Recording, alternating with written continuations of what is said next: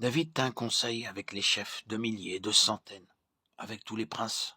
Et David dit à toute l'assemblée d'Israël, si vous le trouvez bon et si cela vient de l'Éternel, notre Dieu, envoyons de tous côtés vers nos frères qui restent dans toutes les contrées d'Israël et aussi vers les sacrificateurs et les Lévites dans les villes où sont leurs banlieues, afin qu'ils se réunissent à nous et ramenons auprès de nous l'arche de notre Dieu, car nous ne nous en sommes pas occupés du temps de Saül.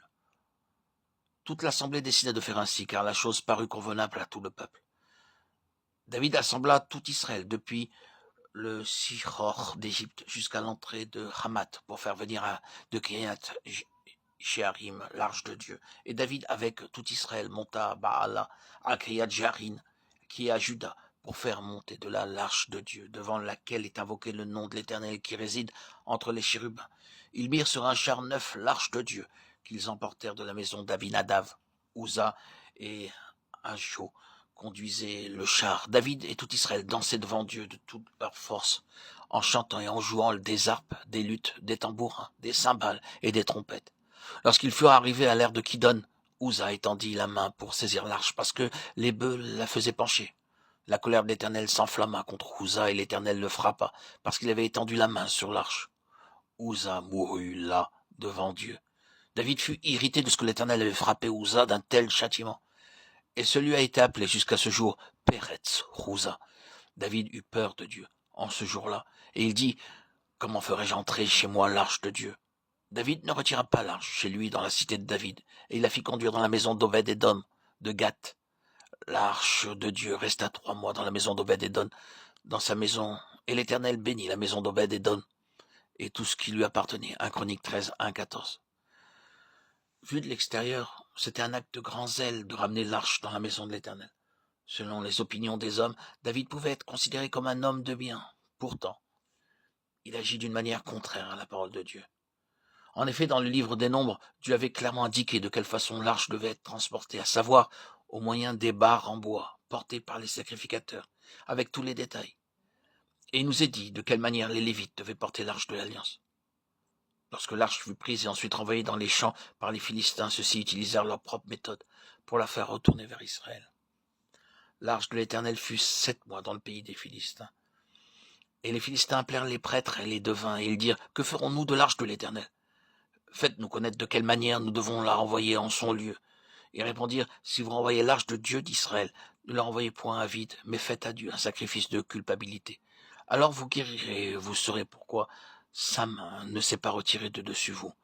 Les Philistins dirent, quelle offrande lui ferons-nous? Ils répondirent, 5 tumeurs d'or et 5 souris d'or, d'après le nombre des princes des Philistins, car une même plaie a été sur vous tous et sur vos princes. Faites des figures de vos tumeurs et des figures de vos souris qui ravagent le pays, et donnez gloire au Dieu d'Israël. Peut-être cessera-t-il d'appesantir sa main sur vous, sur vos dieux et sur votre pays.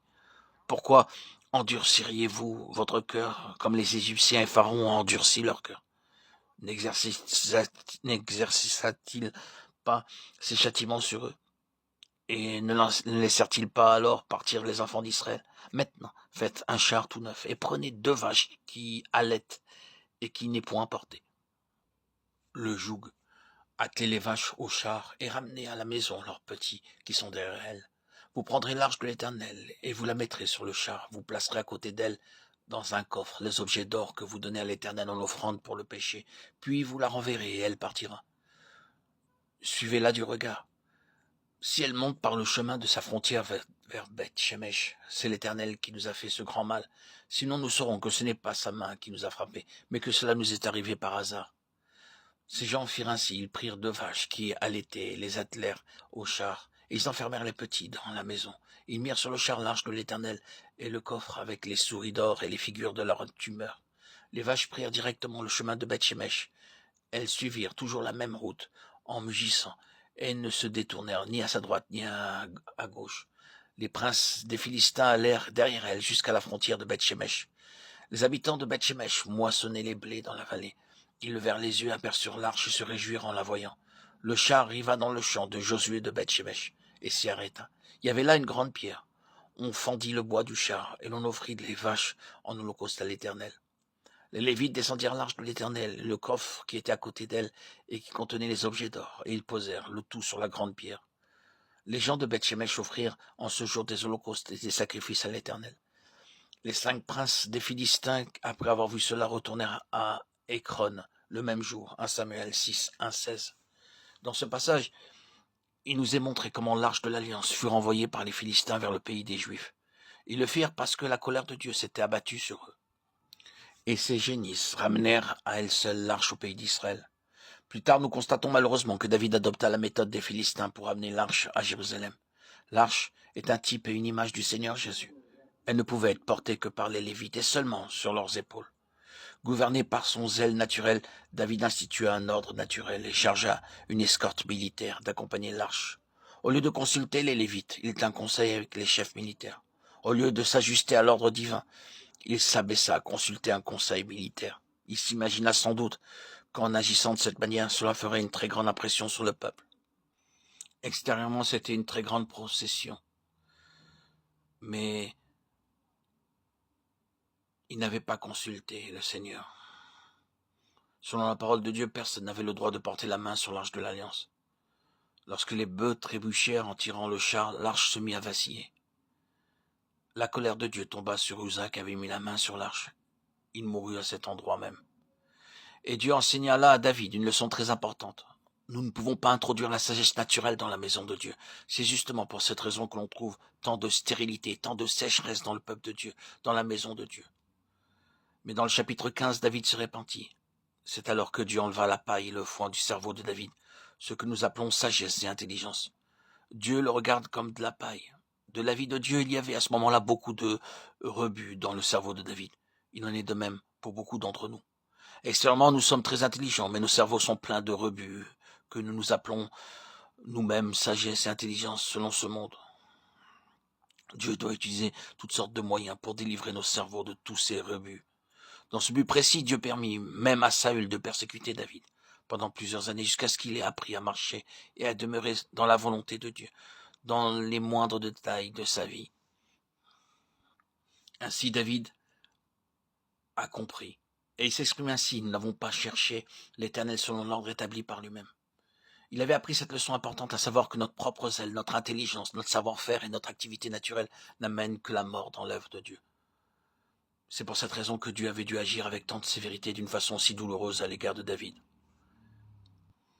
De nos jours, on peut voir de nombreux serviteurs de Dieu qui utilisent de multiples moyens, des expédients mondains pour assembler davantage d'argent, au lieu de dépendre de Dieu, en lui faisant connaître leurs besoins. Ils dépendent de photos, de caméras, de publicités, faisant usage de toutes sortes de moyens naturels pour faire impression sur les gens. De même, dans d'autres pays, on peut voir que pour rassembler beaucoup d'argent pour l'œuvre de Dieu, on embauche des spécialistes, des gens qui savent comment manipuler les pensées humaines pour obtenir plus d'argent. Ils ne dépendent pas de Dieu pour obtenir les fonds nécessaires pour l'œuvre du Seigneur. C'est ainsi qu'on emploie toutes sortes de stratagèmes, de moyens humains, terrestres, mondains pour attirer les gens dans les réunions. Ce sont des méthodes mondaines qui ne sont pas scripturaires. Ils n'utilisent pas la parole de Dieu et les méthodes de Dieu pour exercer leur ministère.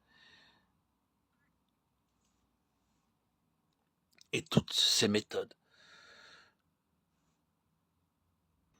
n'auront pour finalité que ruine, échec, déception, désolation.